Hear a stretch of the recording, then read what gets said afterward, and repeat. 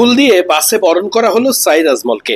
সোজা গিয়ে বসেছেন সাব্বির রহমান রুম্মানের পাশে।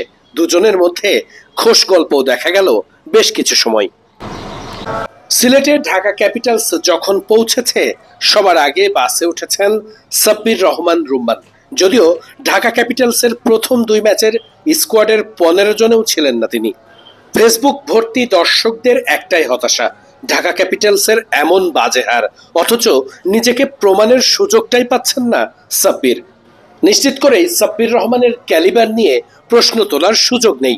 সদ্য টি10 খেলে আসা সাব্বির রহমান নিজের ফর্মে ফেরার ইঙ্গিতটাও দিয়েছিলেন বেশ ভালো মতোই।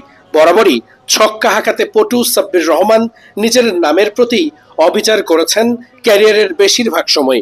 যদিও এবার বেশ কিছুটা সিরিয়াসই মনে হয়েছে।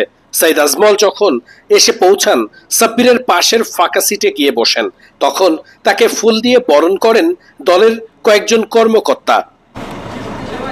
ফুল রিসিভ করে এরপর বাসের সামনের দিকে রাখতে বললেন সাইদ আজমল। পাশেই বসা সাব্বির রহমান রুম্মান। এরপরেই সাব্বিরের সঙ্গে আলাপ চলল বেশ কিছু সময়।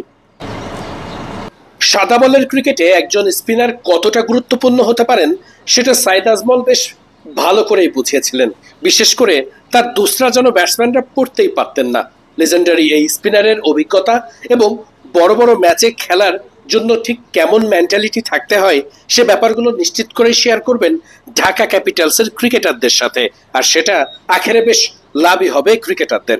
সাব্বির রহমানের মতো তারকা ক্রিকেটাররাও নিশ্চিত করে ক্যারিয়ারের এই বেলায় এসে জাতীয় দলে ফেরার মঞ্চ হিসেবে দারুণ সব অভিজ্ঞতার গল্প শুনতে চাইবেন সাইদ আজমলের কাছে। ঢাকা পর্বে স্বাগতিক ঢাকা ভালো করতে পারেনি, তবে সিলেট পর্বে অতিথি হয়ে নিশ্চিত করেই ঢাকা ফিরতে চাইবে জয়ের ধারায়। সিলেট থেকে ওয়াহিদ মুরাদ, মিডফিল্ড।